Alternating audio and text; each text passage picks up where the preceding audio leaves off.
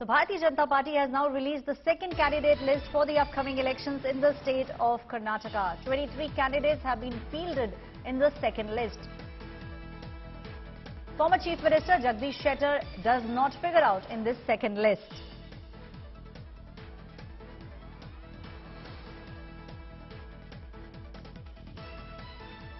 My colleague Paulami Saha is now joining me on the phone line. Paulami, the Shettar seat suspense still very much continuing. His name is not figuring out in the second list.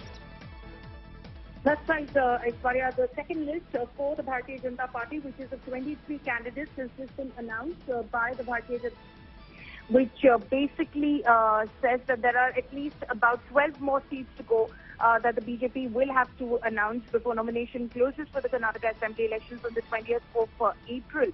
So far, they haven't announced a candidate for the Hubli-Dharwad central seat, from where Jagdish Shettar is seeking for a ticket a second time round from the Bharatiya Janata Party. He is, of course, someone who has contested from the seat previously as well. He has won. He has been a former Chief Minister of the state, and today itself he was in Delhi meeting with BJP President JP Nadda.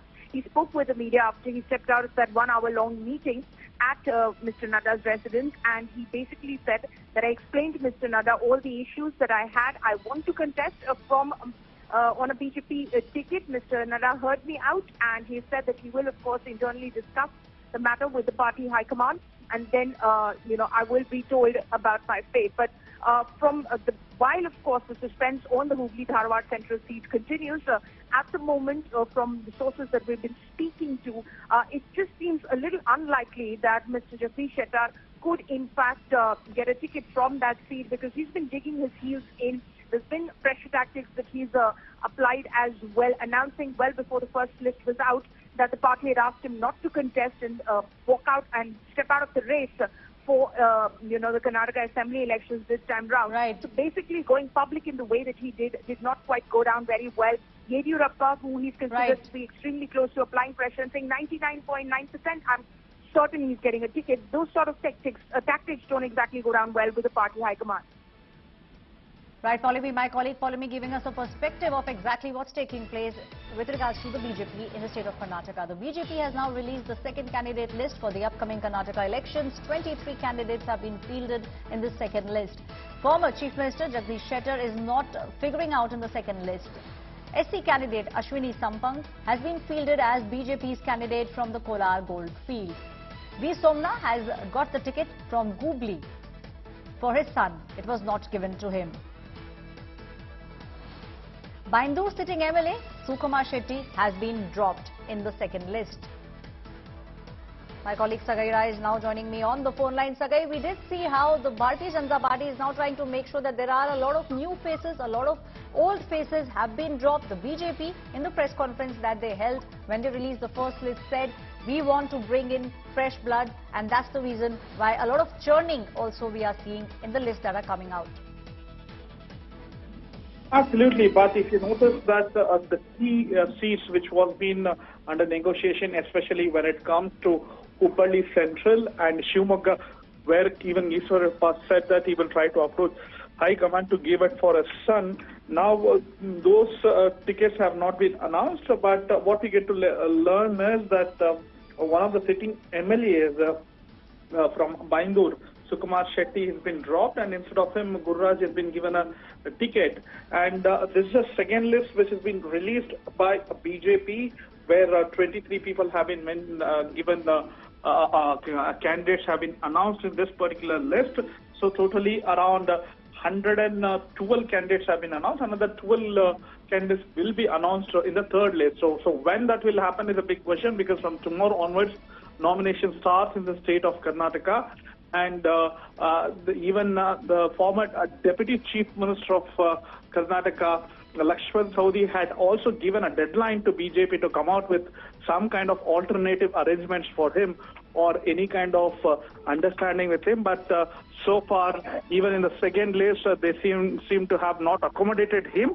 And we need to wait and watch what will be his next plan of action, as he has clearly mentioned that he will be holding a meeting with the supporters of him and take a decision on next course of action. Right, Sagai. Paulami, one thing which we did see, when the press conference took place, the Bharatiya Janata Party had announced the first list of 189 candidates. They clearly said that they want to bring in fresh blood, and that's the reason why we also saw that, there were many women in the list. There were also bureaucrats. We also saw how people from different walks of life have been given tickets. So do you think, Paulami, as someone who covers the Bharatiya Janata Party, do you think the party is now trying everything possible to make sure that they get the candidates who have the highest chances of winning? Well, the focus of the party, as of any political party, Aishwarya, that's going into such a very crucial election where the contest is stiff, is on winnability. That has been one of the biggest criteria. So they've done the groundwork. They have gotten the feedback from the ground, from their, district units, from their mandals, from their booths. So they've got all the feedback that they can on their sitting MLAs and other probable candidates as well, who they could pick for these elections. They've checked their track record. They've seen the caste equation as well, because caste is going to play a very important factor as far as the Karnataka elections are concerned. And obviously, to make a generational shift as well, to allow for the younger generation to come forward as well, so that the senior leaders can act as the margdarshaks, as it is within the party. So they want the senior leaders to make way for new faces. But the focus, as it is for any political party, has been on winnability. In the list of 189, which was announced yesterday, 52 fresh faces were announced. At least 11 sitting MLAs were dropped. The others, of course, were on seats that the Bharatiya Janata Party had lost the last time round. And they decided not to repeat the candidate who obviously did not win the seat in the last instance, and hence introduce fresh faces. So they've taken all of that feedback. They formed a panel at the state level as well. They, in fact, sent a list of, as is the case with Bharatiya Janata Party with assembly elections, that they send the state unit ends up sending 3 names for each constituency, at least 3 names, if not more.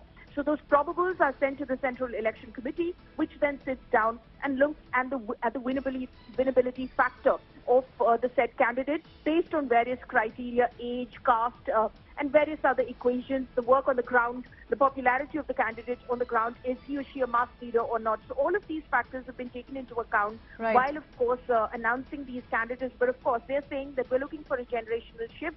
We're looking for new leaders with fresh ideas, youthfulness, freshness. That has been the focus as the party's election in charge for the state, Dharmendra Pradhan, said yesterday at that press conference. Right, Paulami. Sagai, my next question to you, no candidate has been announced for Shimoga seat. So do you think Ishwarappa's son, there are still chances that Ishwarappa's son might get, his name in the third list? Absolutely. There are high chances that case Ishwarappa would have approached High Command to go ahead and issue a ticket to his son. But the ball is in the court of High Command. Whether they will allow that to happen or not, we need to wait and watch. On the other side, even Jagdish Shettar has conveyed his message to JP Nadda, stating that he will contest this time from the election, and he has also requested JP Nadda to accommodate him. So we need to wait and watch whether JP Nadda will come out with some kind of plan in the request made by Jagdish Shettar, because he said that he will talk to the senior leaders and get back to them. Right, Sagai. Thank you, Sagai and Paulami, for joining me on the story. The second list of the Bharatiya Janata Party now out. 23 candidates have been given a ticket.